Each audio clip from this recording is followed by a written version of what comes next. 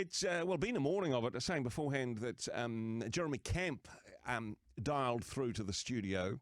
And then I had to say, no, look, you're wrong guy. Sorry, I can't talk to Jeremy Camp. But Jason Castro, of course, got the same initials as Jeremy Camp. And so does my next guest, John Cowan. And Jesus, I suppose. Jesus Christ, John Cowan. I mean, you've both got beards. Possibly the similarities stop there, but I couldn't possibly comment. I wouldn't know how far down the track we could go with that similarity. John, good to talk with you, Andrew. John, a pleasure to chat with you. And I mean, look, in some of the political speeches and debates and all that sort of thing, people attempting to put their best foot forward, people wanting to speak in such a way to provoke not just an emotional reaction, but to get people to like them and to vote according to their party and their politics. I mean, there's a lot of it about. Yeah.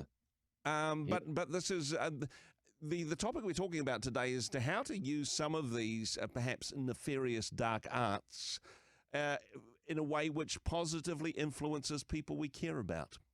Yes, politicians really need to listen to what I've got to say this morning. They do. They should be because I don't think notes. they're very good at this. Okay. I can't remember why I was doing this, but I was sort of chaperoning an American speaker some years ago. Yeah.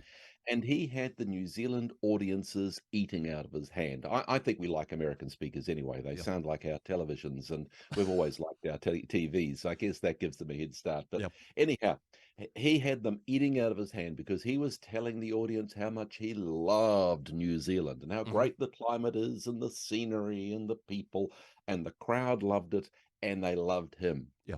And afterwards, he said to me quite unashamedly, if you stick the butter on thick enough, the jam will stick. And basically, so he hated New Zealand, and he's just making that up so people don't like him. Well, I don't know what his true feelings towards New Zealand and New Zealanders was, but he was deliberately buttering us up because he knew that if he got the emotions right in his recipients, they'd hear his message. Yeah. If you appear to like the audience will like you and be far more receptive to your message. And I guess as a public speaker, I had sort of already worked that out. I remember seeing for the first time Tony Campolo. Okay, great who I think is a marvelous preacher. Yeah. But this was the first time I'd seen him, 1983 in Wellington at a thing called Move Out Convention. Yeah. And I just thought he was amazing because he'd have the audience roaring with laughter because he's incredibly funny. Yeah. And then they'd have them choking back tears because he'd tell a story that was so moving or sad. And then he'd get them laughing again. And then they'd be almost sobbing with some moving thing that he'd tell you. And then he would hit them with his actual message, the thing that he wanted to get across. And you could just about hear the audience sobbing, yes, yes, I believe you. He would lay out the guts of his of his message. And because he had had these people on such an emotional roller coaster that they were so attuned to him that he could have said anything he wanted to, and they would have believed him. And I can remember in 1983 I can remember this very, very clearly thinking, this man is dangerous. I want to be like him. Yeah. And I have become like him. Well, bald like him anyway. I don't know if I've got many other attributes of Tony Campolo, but so that's a public speaking tip. So you could use that powerfully, I mean, there is the risk that in the wrong hands, this could be used to emotionally manipulate audiences and all those sorts of things. And I'm pretty sure social media has proven that to be true because there's a bit of that happens online as well. But I mean, this is something which we can also apply to our personal relationships and the way we're wanting to have a positive influence on those we care about. Of course, I don't really want to give you tools on how to cynically manipulate people, Andrew, or anyone listening. I'm all good, thanks. I'm just saying it can be used to cynically manipulate, or it can be used to powerfully communicate good messages like Tony Campolo. Yeah. But as you say, you can use these techniques and tips to actually help people to communicate effectively in all sorts of different ways. I was just talking last week to a friend who was incredibly frustrated because a friend of his has all these problems and he reckons he's got the solutions for her. Yeah. Wow. And I think they were good solutions. I think he's a very wise guy, and I think he had the right ideas, and they would help this woman immensely if she would listen. But he finds herself talking at her, and the words just bouncing off her, and she won't listen. And so I told him about this idea that uh, you need to create an emotional connection Hmm. before the communication can happen. Slow down. It's a relationship that makes a difference. If you show yourself concerned and patient and respectful and supportive and listening without commenting, and that apart from making signs that you're hearing and on their side, the emotions settle and the person becomes receptive to what you're wanting to communicate. Yeah. In fact, it's usually better than that. When they get their emotions all settled down because of your support, then often their own brain will switch on and they can solve their own problems. Mm. Don't worry, you'll still get the credit for helping them, but I mean, it's so much better than giving them advice. They actually work out the solutions for themselves, Mm. and that's great.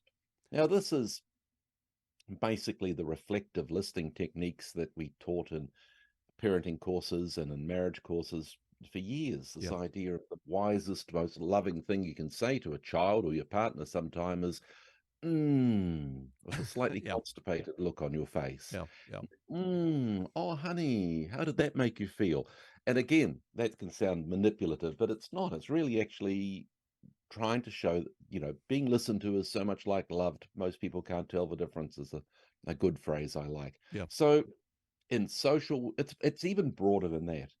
In social work, youth work, pastoral care, counseling, mental health work, you could say that the people that you're working with, look, I can show you a book, I can give you a website address, I can show you a YouTube video. It's got all the answers. You'll be right. Yeah. That's not the benefit of youth work or pastoral care or anything. It's putting humans to humans Yeah. and creating something in a relationship that creates a dynamic where things can be communicated and healing can take place.